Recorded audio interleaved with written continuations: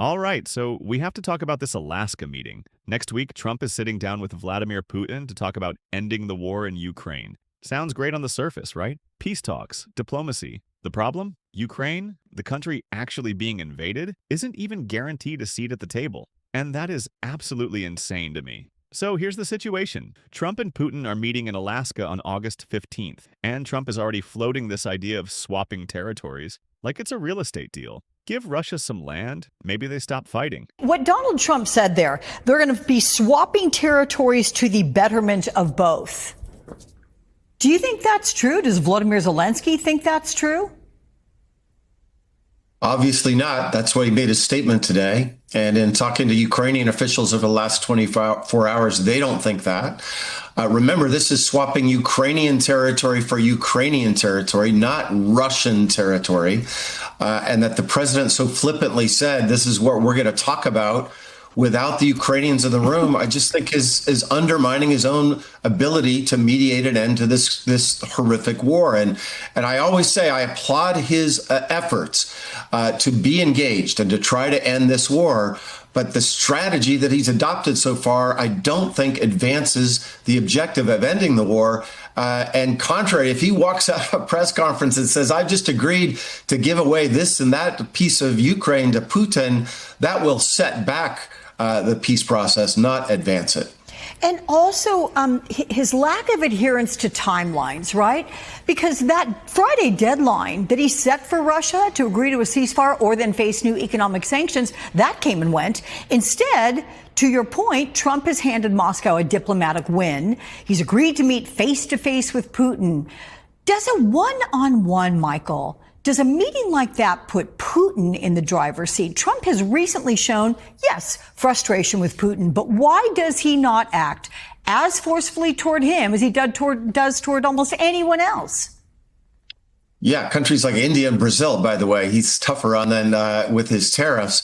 I'd say two things. One, I just think the president continues to make this mistake of making threats and then not following through. But here's the thing. Volodymyr Zelensky, the president of Ukraine, has made it crystal clear. Ukraine will not give up an inch. And honestly, I don't blame him. Why should they? They've been defending their homes, their cities, their sovereignty for over 3 years now. And it's not just Ukraine saying this. Europe, the UK, France, Germany, Poland, Finland, Italy, you name it. They've come together and said the same thing. No deal without Kyiv. They even put it in a joint statement. International borders cannot be changed by force. Period. European allies of Ukraine have called for more pressure on Russia ahead of Friday's summit between Donald Trump and Vladimir Putin. The group, which includes Britain, France and Germany, said Ukraine must be involved in decisions about a path to peace. Overnight, they issued a joint statement saying the path to peace in Ukraine cannot be decided without Ukraine, adding, "We remain committed to the principle that international borders must not be changed by force." Well, President Zelensky, who's already ruled out handing over any land to Russia in exchange for peace, has been consulting his European allies in the lead-up to Friday's talks in Alaska. As it stands, Mr. Zelensky has not been invited to those talks, and the White House have said that there are currently no plans for that to change. However, they did confirm that President Trump was open, as they say, to have trilateral talks in Alaska with both leaders. Meanwhile, on Sunday, Russia said an industrial facility was damaged as a result of a Ukrainian drone attack in the southwestern Saratov region, leaving one person dead and a huge fire with thick smoke seen rising from the scene. I actually love seeing this level of unity from Europe because let's be honest, the stakes are huge. If you reward an invasion by handing over land, you're basically telling every authoritarian leader in the world, hey, just take what you want and we'll negotiate the details later. That's not peace, that's appeasement. Zelensky even called any decision made without Ukraine a dead decision. And he's right. What kind of peace deal can you make if the people it's about aren't even in the room? This isn't just insulting, it's dangerous. It would weaken Ukraine's position and give Russia more leverage, and you better believe Putin knows that.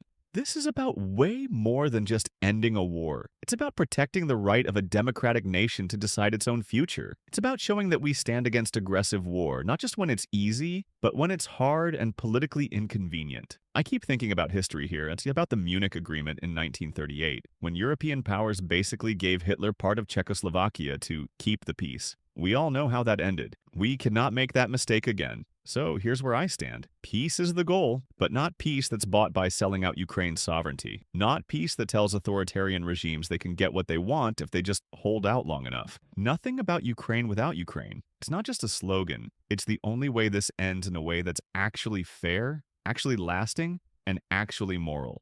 A massive fire at an oil depot near the Black Sea resort of Sochi has been blamed by Russia on a Ukrainian drone attack. It was one of a series of strikes on Russian military infrastructure this weekend. Meanwhile, a number of Ukrainian cities have been struck by Russian missiles. One strike destroyed homes and civilian infrastructure in the southern city of Mykolaiv. Joe Inwood has this report. Hearing drones in the sky and gunfire on the ground, residents in the city of Samara start filming. When a fuel tank at an oil refinery is hit. This was one of several Ukrainian drone strikes launched over the weekend, targeting installations across the south of Russia. A massive fire was also caused at an oil depot near the Black Sea resort of Sochi, causing nearby flights to be cancelled.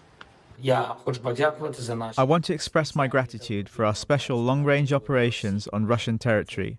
Their impact is significant, and each of them is tangible for the enemy, and our operations will continue. Russia is dragging out the war, so it will receive just responses. Russia just claimed they shot down 121 Ukrainian drones in one night. That's a massive number, right? But here's the thing. Ukraine is still sending drones deep into Russian territory, even with this big Trump-Putin meeting coming up to discuss peace in Ukraine. So what's really going on here? First off, those drone attacks aren't just random buzz. They're hitting critical targets. Just recently, a massive blaze broke out at a Russian Black Sea oil depot after a Ukrainian drone strike. And that's on top of damage at an oil refinery in Saratov, where sadly a person was killed by falling debris. These attacks show Ukraine is serious about pushing back, hitting Russia's infrastructure, and making it clear this war isn't just going to fade away quietly. Now, some might ask, why keep sending drones if Russia is shooting so many down? The answer is actually smart military strategy. Ukraine's flooding Russian air defenses with so many drones that they can't catch them all. It's like overwhelming the system. If you send enough, some will get through. Plus, these drone attacks have a psychological effect too. They remind the Russian public and Putin himself that Ukraine can strike back, even deep inside Russia. This conflict isn't just about territory or military wins. It's about defending democracy and sovereignty. Ukraine is fighting for its right to exist as a free, independent nation. So when world leaders like Trump and Putin meet behind closed doors, we have to ask, will they respect that? Because if Ukraine isn't part of the conversation, if their ongoing resistance isn't recognized, any so-called peace deal risks betraying the people who've suffered most. What do you think? Is this drone campaign just military tactics or a symbol of something bigger? Drop your thoughts below. I want to hear from you.